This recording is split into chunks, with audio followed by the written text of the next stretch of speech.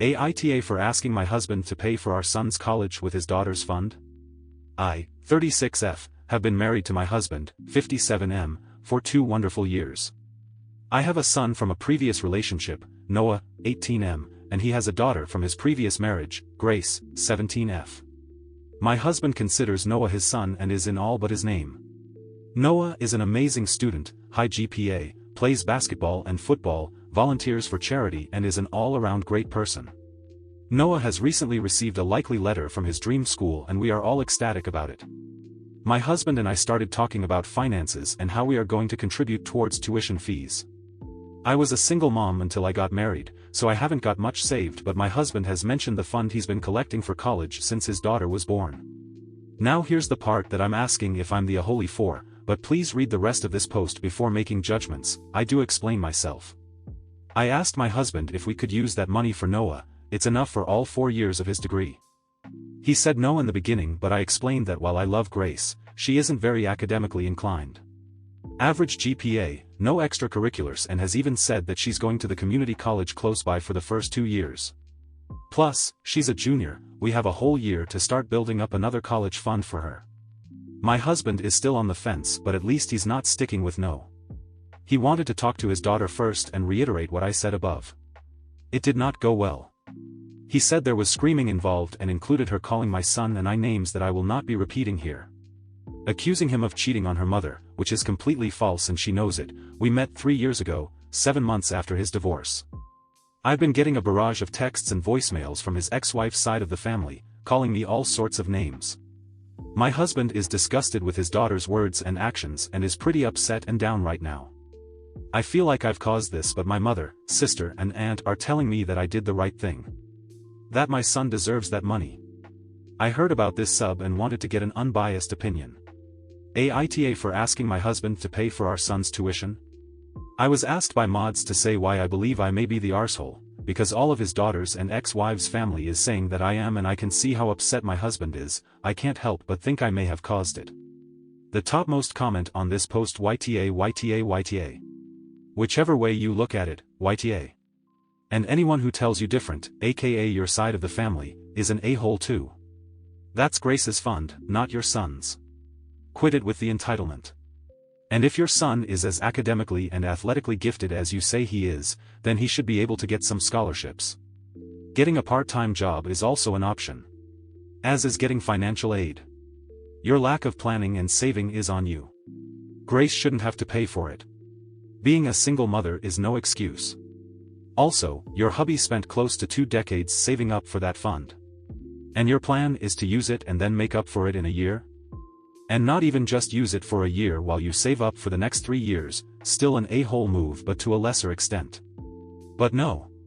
You want the whole lot. The entitlement is really strong with you. Your son is not entitled to Grace's money. Whatever you think about her academic abilities. You denigrating them and her extracurriculars or lack thereof does not give you a pass to steal her college fund. And yes, steal, cause that's what you would be doing. Edited. Edit 2. And since they are super okay with you taking money that's not yours, instead of you stealing Grace's money, why don't you have your relatives, mother, sister and aunt, contribute to St. Noah's College Fund? Edit 3, YTA for the our son but his daughter bit. Update: I've accepted my judgment of being the asshole and have read a lot of the comments. My husband and I have talked last night and he decided Noah won't get the entire fund. The plan is he will get enough for the first 3 years and the rest of the money will go to Grace. We will help Grace pay off any loans she may have to get as soon as we are able and then start a new fund for our baby. Grace told us to screw ourselves when he told her, but we will still help her no matter what she says. Like I said, I've accepted my judgment, but I would be fine with being called a lot worse if it means my son can go to his dream school. Grace's comment on the original post: "You can't be freaking serious, Christina." When Victor asked me if this post was about me, I thought, no, she wouldn't be so crazy as to try and gain sympathy for this, but here you are. And the lies as well. Dad left us for you, that's why we call you a homewrecker, because you are. 7 months after the divorce, my ass, he went through that divorce while you lived with him. My mom told me not to hold that against him, that just because he was a bad husband didn't mean he was a bad father. Guess who's earned that new title? You lied to try and make yourself look better and thousands of people still hate you. Congratulations. Story 2. Hey guys, so my fiancé Mark, 30M, and I have been together for 2 years. 2 months ago, he asked me to marry him and he gave me a beautiful Cartier engagement ring. I was really excited and of course I said yes. It was a beautiful ring and I was excited to be marrying the man I love.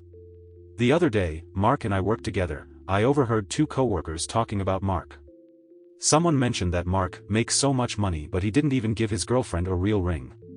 The person asked for clarification and it turns out that Mark bought a Cartier box off of eBay then bought a CZ ring to put in the box. I didn't want to believe it, then I took my ring to a jeweler to get it checked. My ring is essentially worthless. It isn't anywhere near a diamond. Mark is on business right now. I'm so upset I haven't answered any of his calls or texts. I don't know what to say. Am I wrong for being this upset? I'm honestly starting to think this is a deal breaker. He's so cheap and stingy with his money but at least I thought he'd buy me a good ring when I know he can afford it. What should I do? Relevant comments. Mark, let's go get the ring appraised for insurance purposes. It's so beautiful, I want to make sure it's protected, then watch as his world burns around him. Or so says my so after I read him this post. Hold up. He's bragging about tricking you to people at work? Lord have mercy. Is this fool stupid? He must be, because anyone that works in an office knows that shit spreads like wildfire. Not only is he stupid, he's a scammer with zero respect for your intelligence. That ain't love. Is he seriously 30 damn years old? Ditch this loser. He ain't worth it. When he asks you why, tell him you want someone that'll take you seriously, not a fucking clown. Update. So shout out to my commenters.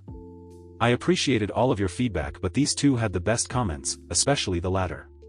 I put her plan into motion. Also, if you messaged me death threats and abuse, please jump off a building. Thanks. I'm not a selfish or materialistic person. I expect honesty from my future spouse. Nothing more, nothing less. I haven't taken a dime from Mark. Everything nice that I have was paid for by me. I don't need to be with him for his money, because I have my own.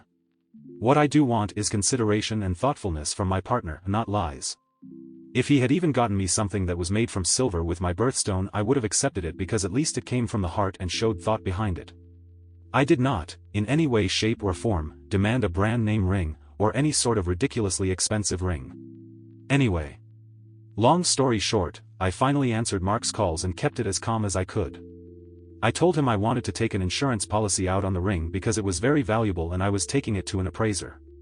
Mark immediately shut up and told me that I shouldn't do that until he got back, that he already had a warranty in place at the jeweler, that I shouldn't make big decisions without him.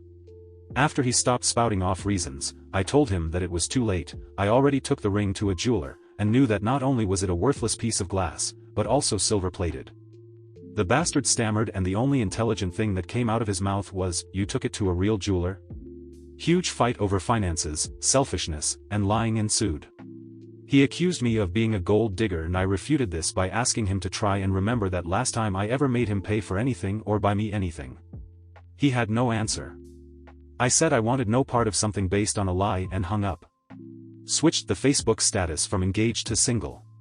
Oh, and changed the locks on our apartment and gave our dog to my sister to make sure he doesn't try to keep him. I paid for the dog and all his shots. He'll have a fun time trying to get in when he comes back from his travel. Edit, realize that I need to give this idiot a written letter that says he has 30 days to vacate. I'm giving him the letter the second he walks in, we'll give him a spare key if he insists on staying. Darn. Relevant comments. On one hand, it seems silly to leave someone over a ring, but on the other, this is about so much more than the ring. It's about his manipulating and lying to you. That's unacceptable. I'm glad you found a solution that you are comfortable with. OP exactly. The ring just brought all the other issues to a head. I'm too angry right now to be sad, but there's no worse feeling when a man that claims to love you takes joy in manipulating you and bragging about what he did to people that know us both personally and in a professional place. Final comment from Op: I did love him. Very much so. But there comes a point where enough is enough, especially when it comes to something he knew I took very seriously. I can't be disrespected anymore, thus I'm putting my foot down and making sure my decision sticks. Thank you for joining me today. Don't forget to connect with each other in the comments below. Until next time, be kind, be curious, and I'll catch you in the next video. Corner Stories signing off.